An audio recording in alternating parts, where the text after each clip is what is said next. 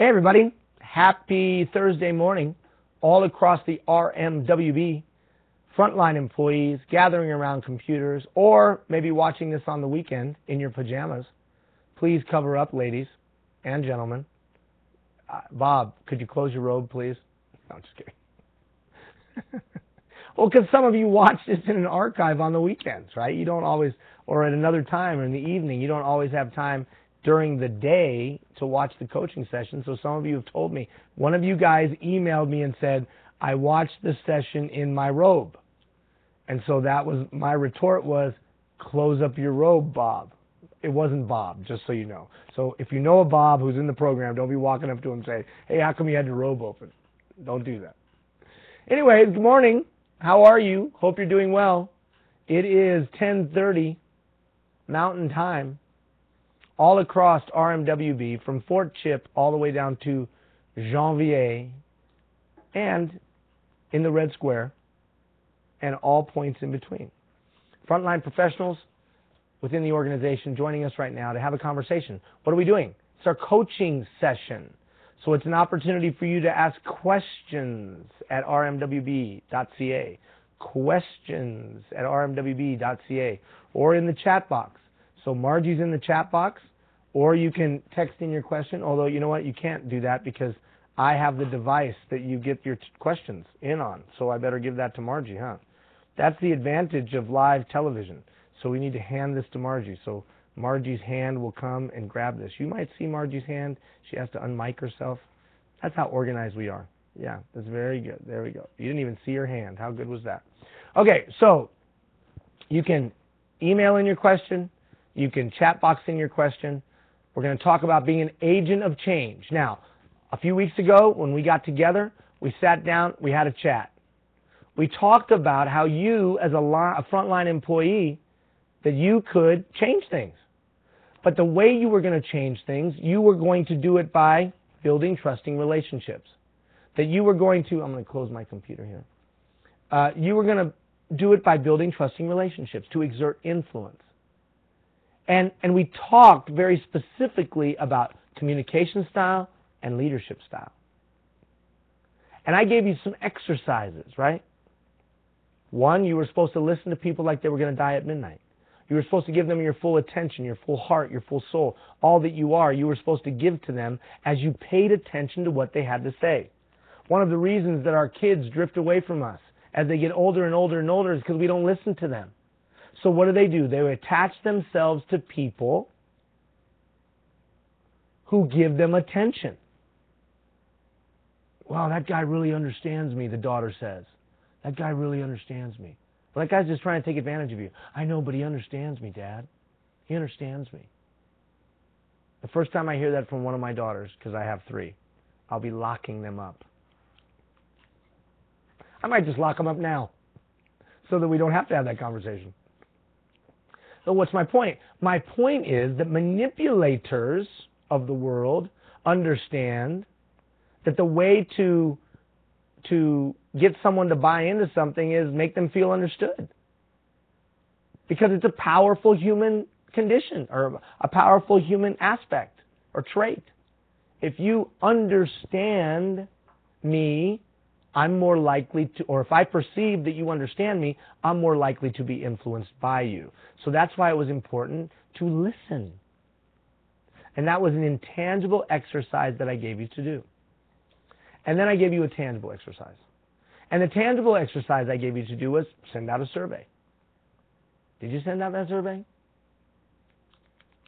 What am I doing right? What am I doing wrong? Suggestions for my improvement? If you could send me back to school, what class would you make me take? Did you send that out? We'll talk about what it could mean in just a moment. Then we took that leadership style inventory.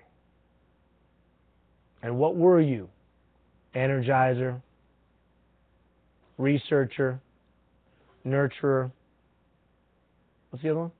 Organizer. Not very organized. And we talked about what that could mean. Now you should have been equipped, or at least aware, more aware, I don't know if equipped, but certainly more aware coming out of that conversation than you were coming in about how you operate. But that wasn't enough. It wasn't just how you operate. That wasn't it. It was so that you could be more aware of how others operate and adjust you. Adjust your style to meet theirs in an attempt to gain alignment. And in gaining alignment, what were we going to do? In gaining alignment, we were going to be able to build that trusting relationship. And we were going to work to understand others. That was the drill, right? That was the drill. So today, we're going to unpack that and take your questions about that. So remember, for this time to be effective, you need to ask questions. You need to ask questions. So questions at rmwbleaders.ca or in the chat box. You need to ask questions. So I want to talk about the survey. So hopefully you sent it out. If you didn't send it out, then send it out.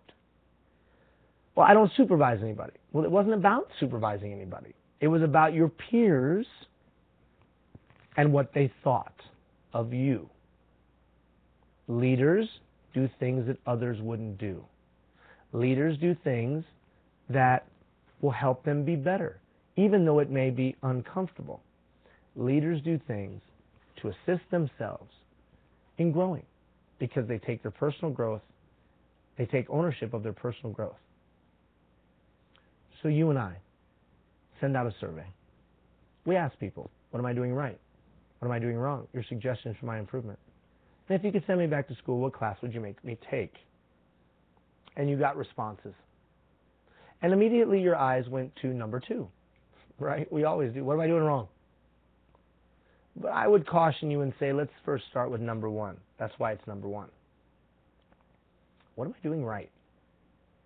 Now, this question is to help bring you clarity and validate. So, what am I doing right? And then they listed some things. Now, throughout this 3 questions, we're looking for trends. What are the trends? Is there something consistent across all of the returns? Well, I got 2 back. Okay, was there anything consistent amongst the 2? Consistent. Was there anything that stuck out? Yeah, there was one comment, and man, it really got to me. We're not going to question number 2 yet. Stay with question number 1. Was there anything that stuck out?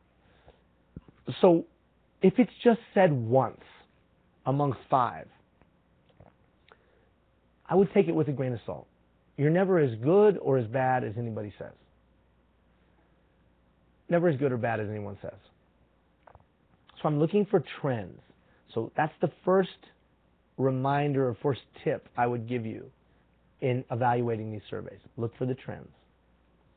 Secondly, anything that's once, just one comment, great, or one comment, not so great. I'm looking at that and I'm looking introspectively. And I'm saying to myself, if it's a positive comment, I wonder where they got that, why they would believe that. And is it something that I intended? See, that's the funny thing about question number 1. I look at question number 1, and I have in my mind what I think they're going to say, and then I read what they say. What am I doing right? So you have in your mind those things that, hey, I'm doing those things right. And then, what am I doing wrong? But what am I doing right? I had in my mind what I thought they were going to say, and they said something different. So if that occurred, there's something that they value that maybe wasn't on your radar screen. Something that they value that maybe you didn't hold in as high esteem, as high of esteem. It gives you some great perspective on that employee or that peer and what they value from you. Now, if what you thought they were going to say is what they said, bonus. Great. It's in alignment. It validates.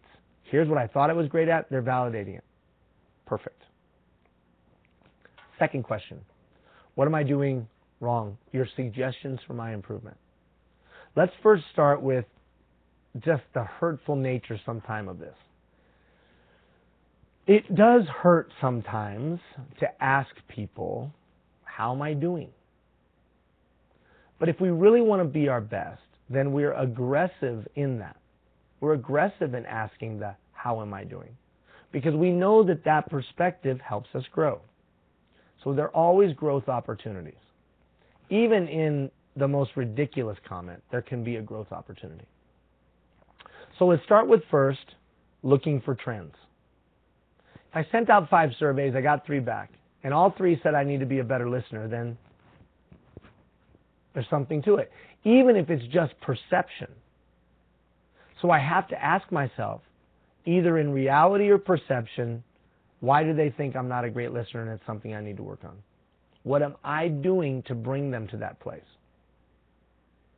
What if they say something that you look at it and go, that just can't be? Well, then you got to do some introspection. You might ask some people who know you and love you, hey, I sent out this survey and they said this. Do you find that to be true? Well, actually, yes, I do find that to be true. So I'm confirming. Now, what happens if somebody makes a comment and it's just far afield, right? It's an outlier.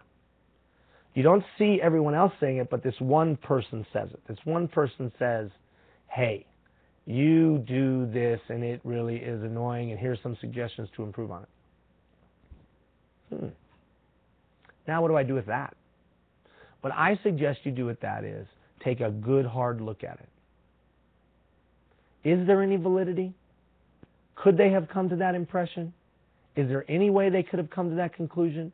Is there anything that I've done to contribute to that? Is there any way that they could have, if I go to their side of the fence, that could be the case? Because if there is, then I got to change. I got to change.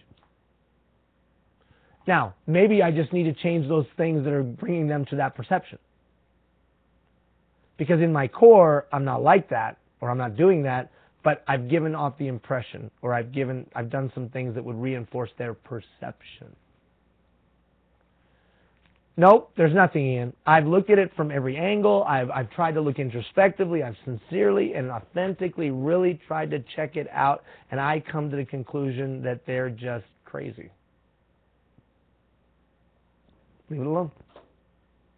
Leave it alone. You've done everything you could. You've looked at it. You've talked to people. And you know what? That's their perspective. Leave it alone. Move on. So this isn't the beginning and end. This is just one piece of information gathering. So in that question number 2, you're looking for trends. Anything that's an outlier, take it, look introspectively. If there's validity, move to change. If there's not validity, move on. The trend, we got to do something about that. Now, question number 3. If you could send me back to school, what class would you make me take? Now, this is a funny one. And the reason it's a funny one is because it's really just question number 2. Did you notice that? It's just question number 2. That's all it is. It's just, hey, what am I doing wrong?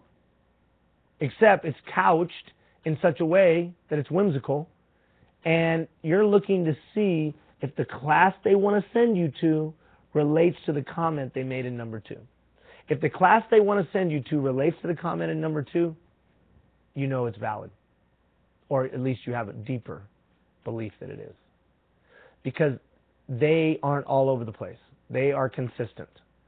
I think you need to listening is where you need to grow, and here's some suggestions for that growth. Shut up and let other people talk, and you should go to listening class. That's pretty clear. That person's got an issue with your ability to listen. Okay. So question number 3 validates question number 2, ensures consistency. Okay, Ian, I've got my survey. Now what do? I've analyzed it. I see some trends of what I'm doing right. I see some trends of what I'm doing wrong. And one of those things I want to get better at. Perfect. Because not this week, Monday, but the following Monday after our face-to-face session, I'm going to ask you to pick out your one thing. The time has come. What's the one thing you're going to get better at? What's the one thing that you're going to improve on? What's the one thing? And you're going to get an email like you do every Monday morning. And in that email is going to be a little link. And within that link, you're going to be able to click and tell me what the one thing is. You'll start to see that there is a convergence or an intersecting of a couple of principles. When we first got together, we talked about that change continuum, the change continuum. If I want to change, I go through these 6 steps. Well, now you've sent out a survey. You've gotten some feedback. Somebody's brought to your attention some things that you might want to change. Through the various exercises that we've done up until this point, leadership history survey, leadership style inventory, you might have brought to your own attention some things you'd like to grow in. You've gotten outside feedback, you've looked introspectively, you might have something you want to get better at. How are you going to do that? You're going to use that change continuum. You're going to look, are you willing? Go get some education, 15 minutes a day, University of Google. You're going to truly understand it by writing, reading, hearing, talking, doing, thinking about it. And then you're going to build a plan. And I'm going to provide you the opportunity to build a plan in that link. You're going to be able to tell me what's the one thing. You're going to be able to tell me action steps. You're going to be able to tell me timelines. You're going to be able to tell me, right, who your support is and what the obstacles might be. You're going to be able to tell me that. But prior to telling me that, so 10 days, I'm not going to ask you to do that for 10, 14 days. So prior to it, you could be looking at the survey and the information that came out from your introspective exercises, and you could start saying, I'm going to work on blank. And then you'd go and take 10 to 15 minutes a day to go learn a little bit more about blank. Listening, anger management, finances, weight loss, I don't know what it is. Friendships, advancement in your career, how to deal with difficult people, I don't know, whatever you're going to do. Because by the time we get to that request, when I request from you, hey, what do you want to get better at? You'll have some knowledge. And remember the importance of that sequence. I'm willing to change. I go get knowledge. I truly understand it in the depth and breadth of me, and then I build my plan. I don't build my plan just because I'm willing, because I don't have enough information to build a quality plan. Because the only thing I would have on board would be knowledge that I have at the time. And obviously that's not enough knowledge to have me change. I need additional knowledge, even if the knowledge I need is how to stay motivated, right? So that's what we do with it next. That's how you're going to get better. Now, what do you do with the surveyees, the people who responded? Well, you could go back to them and say, hey, I don't know if you filled out a survey or not because it was anonymous, but I asked you to, and I just want to tell you the results. I have now taken the information, I've synthesized it, and I've picked out this one thing I'm going to get better at. So thank you for participating in the survey. Now look at what that does. One, you sent out a survey, which may have made some people thought you were drunk, but you sent it out nonetheless. And then after sending it out, 3 weeks later, you're coming back to them and saying, thank you, and I'm going to work on this. You're going to work on this? Yes, I'm going to work on this. And then in the coming weeks, I hate this shirt, and in the coming weeks, you work on it and you get better at it. Imagine the respect. Imagine maybe even the admiration. At minimum, imagine them saying, I can't believe they're doing that. Remember, influence comes from trust. I'm more likely to trust somebody who asks my opinion in this user-driven society, who asked my opinion, saw me take their opinion and do something with it and get better at it. That continuum, that sequence, most people are going to look at you and go, wow, first of all, I'd never send out a survey. Second of all, I certainly wouldn't come back to the people who gave me feedback and tell them the feedback I got. And then I can't believe that they actually took that and did something with it. Wow. See, if you can get people around you to say, wow, then you've made an impression. Now, the wow could be this, wow. That's not the one you want. But if they're going like this, wow, that's the one you want. Remember, influence today. So this is a proactive way to create an opportunity to build influence and build trust and thereby build influence with someone else.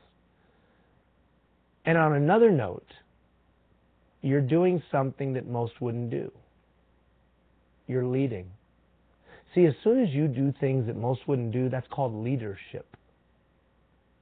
Taking personal responsibility for your own growth is called leadership.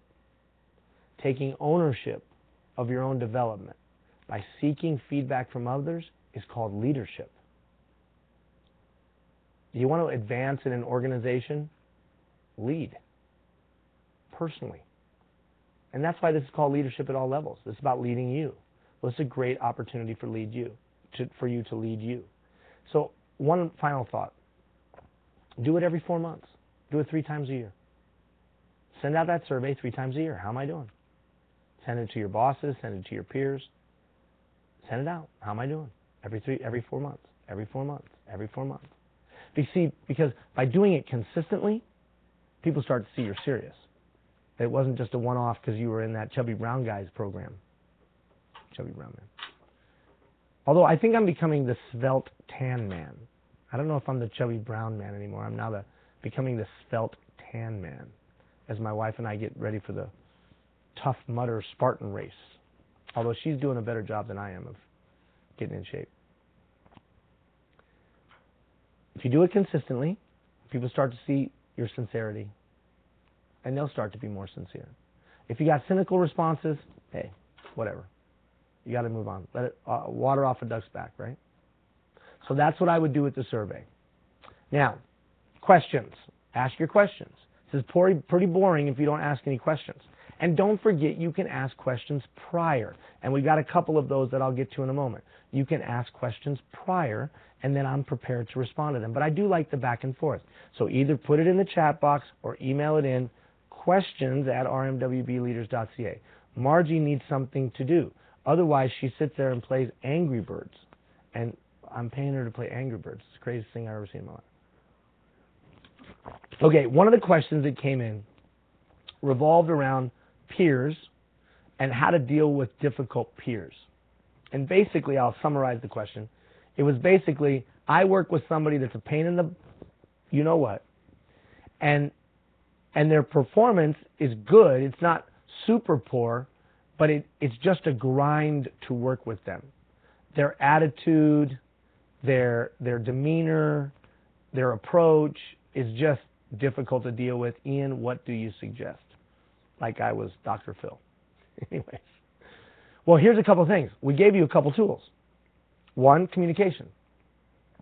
So if I'm going to be relatable, remember we talked about trusting relationships, I'm going to try to find a point of relatability with this person.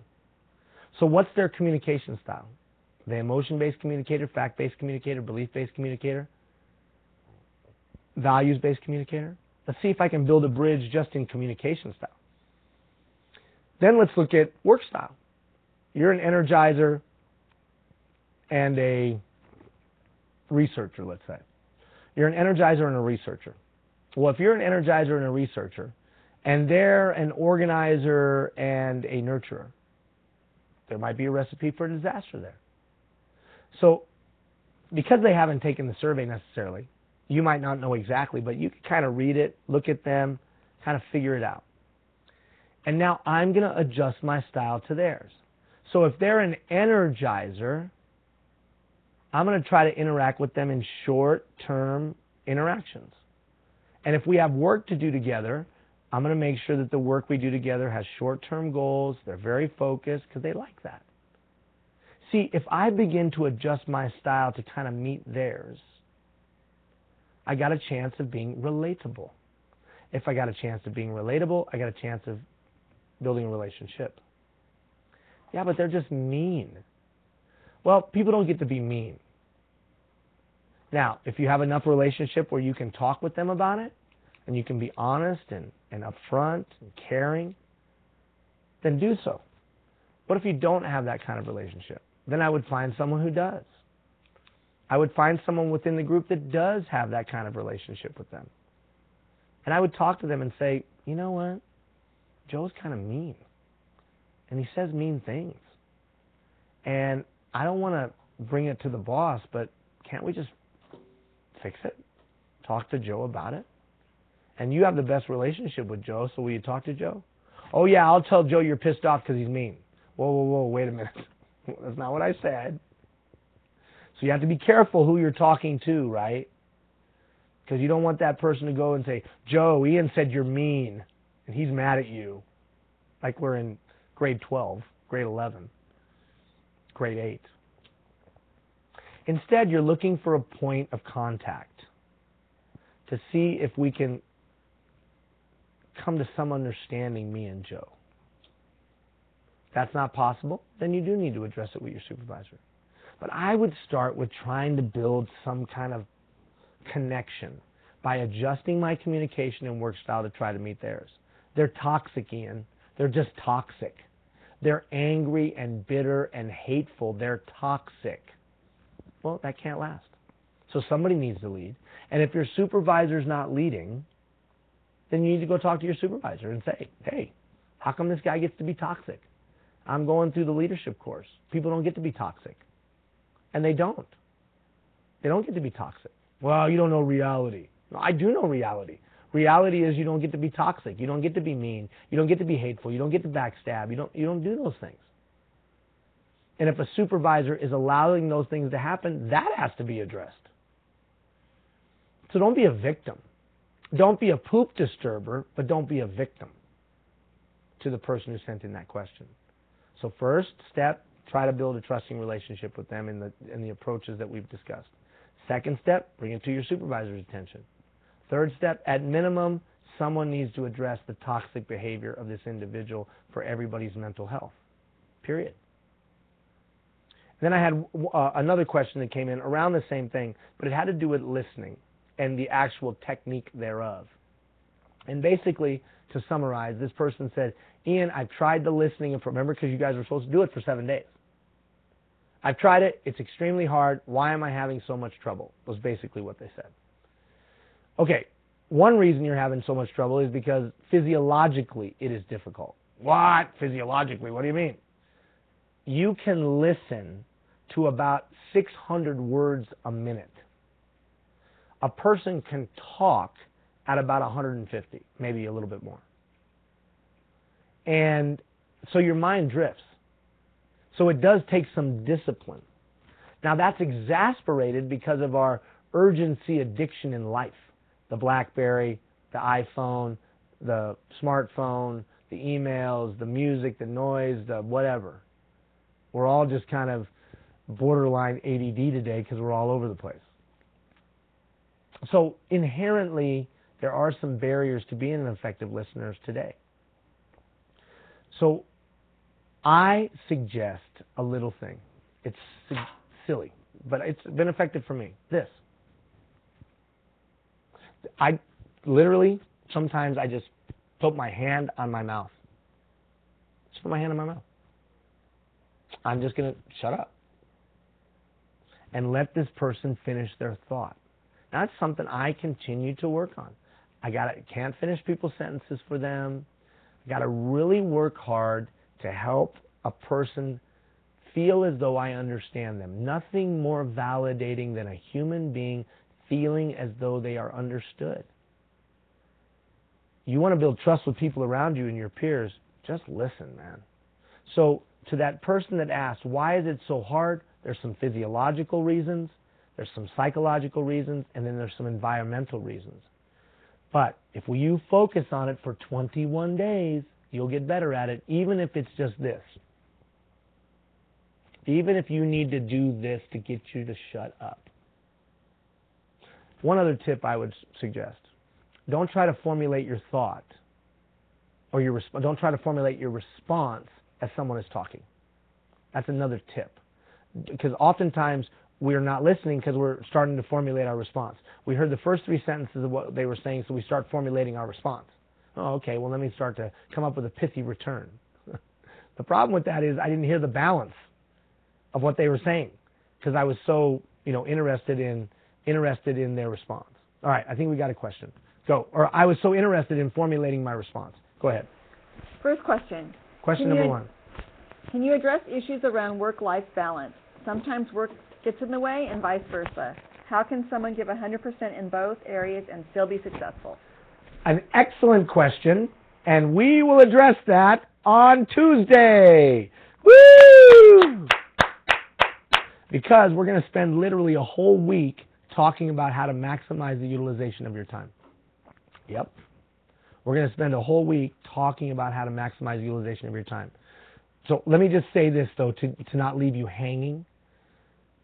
There's a difference between organizing your time and maximizing its utilization, and that's what you're talking about. You're talking about how do I take the 168 hours I have in a week, and that's all you have, and how do I maximize its impact in the various roles that I play in my life? Personal life, work life, community life, personal or individual, my own existence.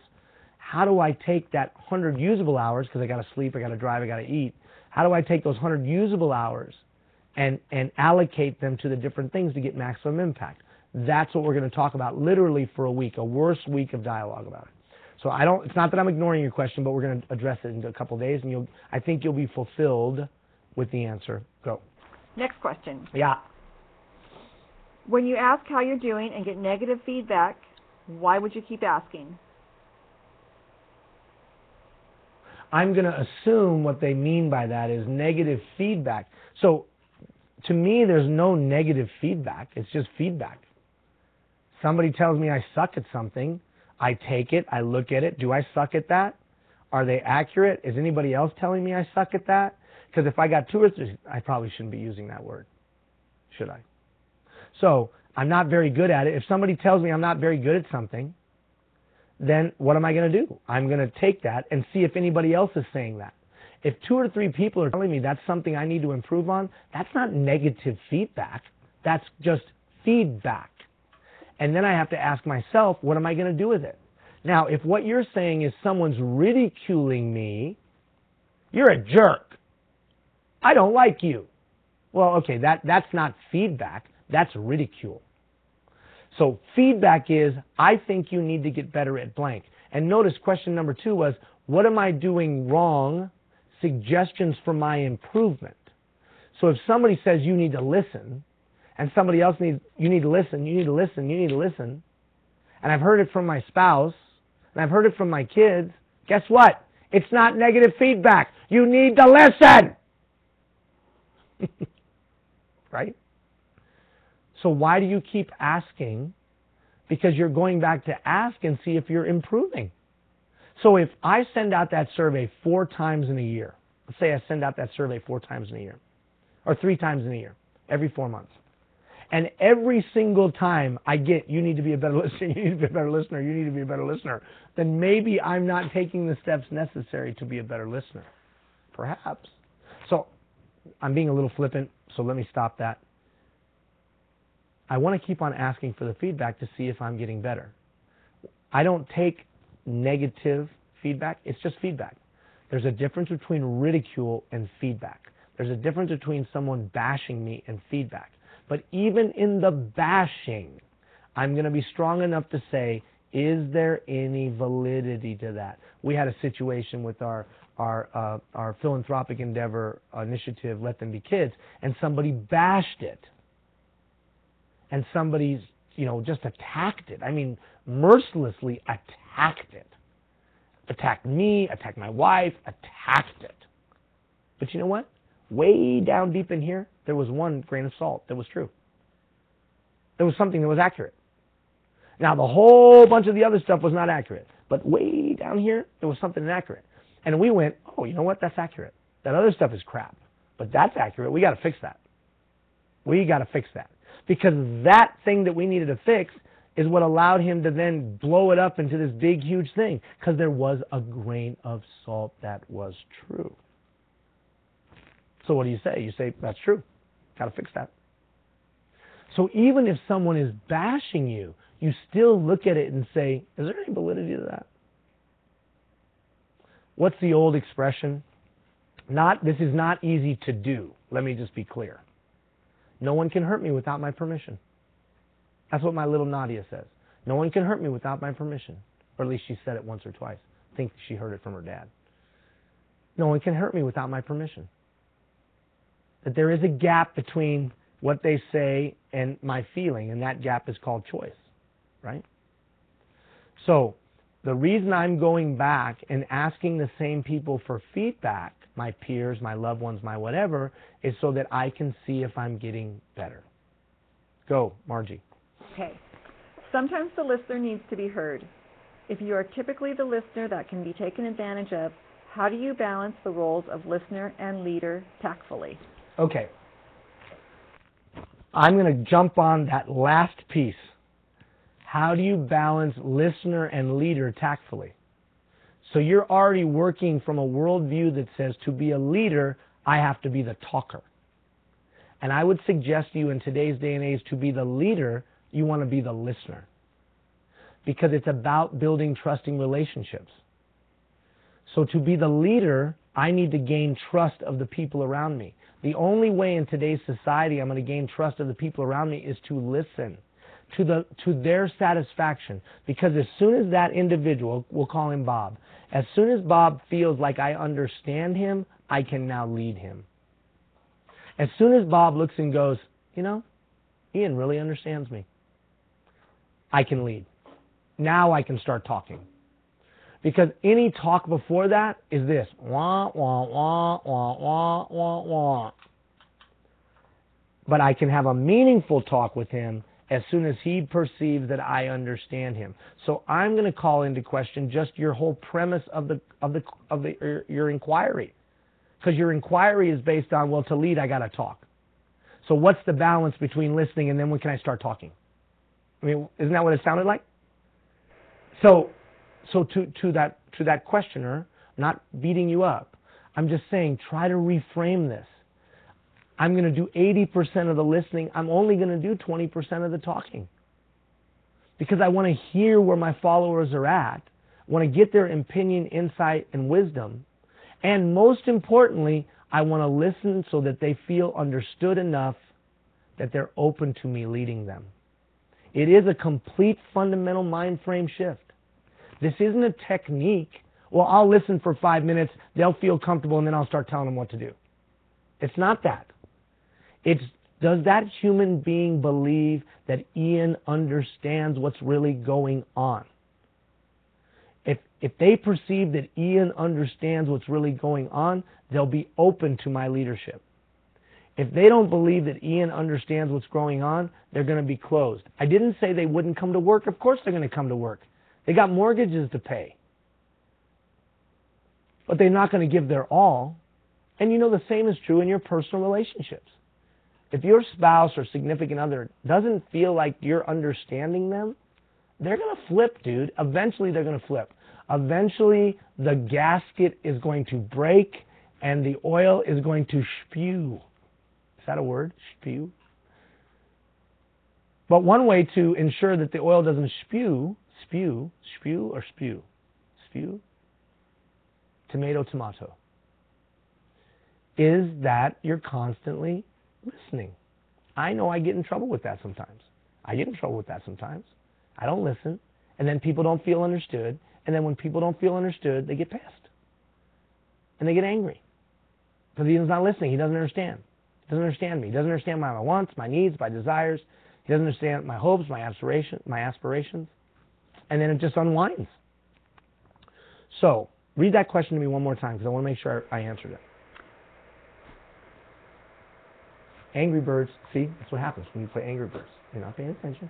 Playing Angry Birds, you're pulling that little rock back, it flies, woo, here we go. Crashes. Okay, go ahead. Something came up. But just in between, that's right. Yes. She was working on something else. She was not playing Angry Birds, just so you guys know. And she's a good sport for letting me say that. Go ahead. Someone sent in a reply. There you go. Very nice. Sometimes the listener needs to be heard. If you are typically the listener, that can be taken advantage of. Okay. How do you balance the roles of listener and leader tactfully? Okay, so that piece of when do you get to be heard. So for me, that communication cycle, when we talk about systems, we'll actually talk about this.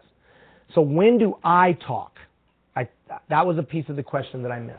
When do I talk? I talk when we've come to a place where they feel understood. When they feel understood, now it's my turn. And why? Because they're going to be more receptive to what I have to say. That's why 80% of the listening, 20% of the talking, asking open-ended questions will get me to a place where they say, I feel understood. And then in feeling understood, now I can say, well, you know what? Here's my perspective. And it's going to be a lot better received. It's going to be a lot better assimilated. It's going to be a lot better taken in. All right, Margie, the next thing you got. Whether it was a comment or a question. Yeah, it was the same person, and she said, no, that's not what I meant. Okay. People like to be heard, and they will talk and talk as long as someone will listen. Right. So the buzzword is active listening. Well, I would say let them talk. And now, if you're saying that they're talking about meaningful things, if you're saying talk about stuff that's important and relevant, if they just want to talk about, you know, the gossip in the office and stuff like that, okay, I'm going to assume that you're cutting that off, right? You're like, hey, you know, I don't want to talk about other people that aren't with us right now. And that should just be a standing rule. But let's say it's meaningful stuff. Then I let them talk till they feel understood. So you're right. It is that act. You could use the term active listening. I call it the chat. That 80% of listening, 20% of the talking. But I'm working hard to understand where they're coming from to their satisfaction, because as soon as I go like this, oh, he understands, I stop talking. It's like when I go and I'm complaining at a retail store and no one's listening to me, and then a manager comes up and they really listen and I deflate, right? I'm like, oh, finally someone's listening. The same is true in that conversation. The person keeps on talking and rattling on because they perceive you don't understand, so they feel like they have to keep explaining. Once I am able to let them know, either in my body language or verbally, okay, what I hear you saying is, or I understand that, and that must be really, really hard, or whatever. Now, you could call that active listening. I call it the chat. Then at some point, that person's going to taper off because you get it. They don't need to keep going on and on. Go. This is from Barbarella, who called it in. What happens when you do the survey and you say, and you have an employee who doesn't like you, and no matter how many surveys you send out and how many things you change, they are still negative about you? Well, that's what I just said a moment ago. Barbarella. I love that name, Barbarella. So that's what I just said. You're looking for trends. If you have one person who just has it in for you, then yeah, you're asking their feedback. And if they say, well, you're a jerk. Well, okay, what does that mean? I'm a jerk. Give me some tangible feedback on stuff I can improve on. You don't listen well. Well, if I hear that from 3 other people and 4 people tell me I don't listen well, then I got to get on it. Now, the next time you send out that survey, if you get feedback back from everybody, really improved your listening. Your listening has gotten so much better. Wow, you've become a great listener, and you still get one person, you listen poorly. Right? That's why I'm looking for trends.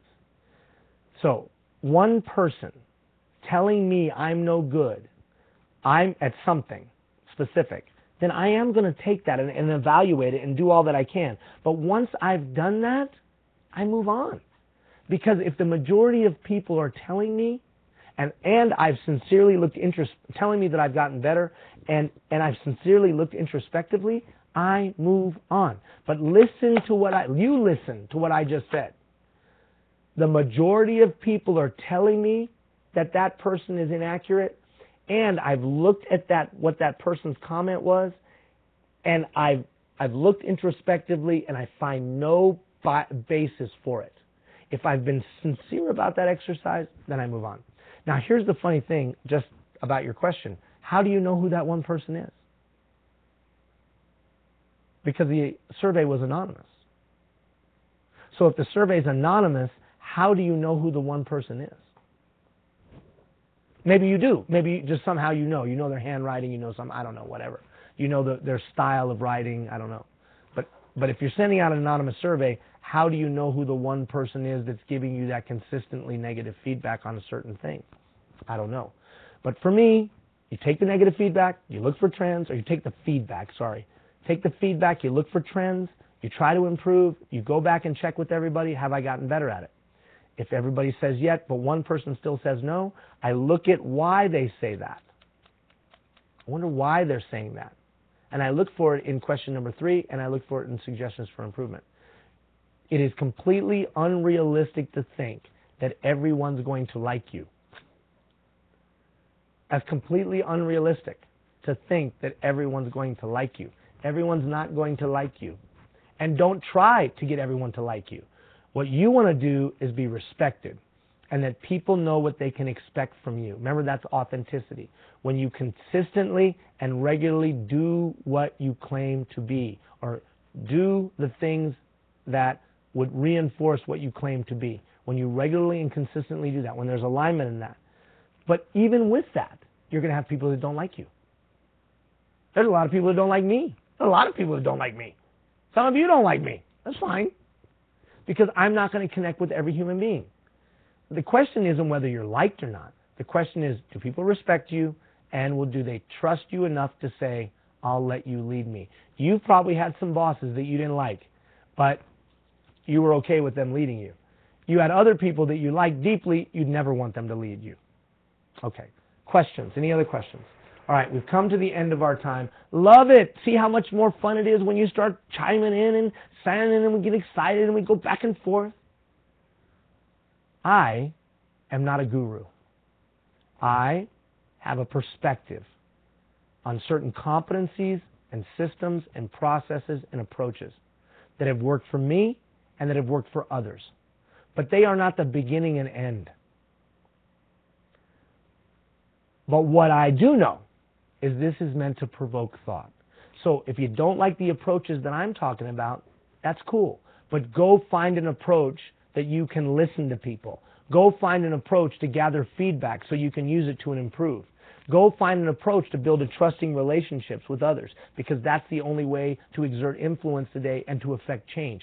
Those are facts. Those I won't back down from. How you go do those things is about personal preference and style and the like. So you might find other styles and approaches that connect better with you than the ones I'm articulating, but just make sure you have them in your toolkit so that you can be as effective as possible and reach your full potential and be the world changer that you want to be. Okay? So we'll get together next week. We're going to introduce a new competency. It's going to be a lot of fun. Systems. We're going to give you a lot of systems, one of which is how to maximize the utilization of your time. Have a great weekend, and we'll talk to you soon. Bye-bye, everybody.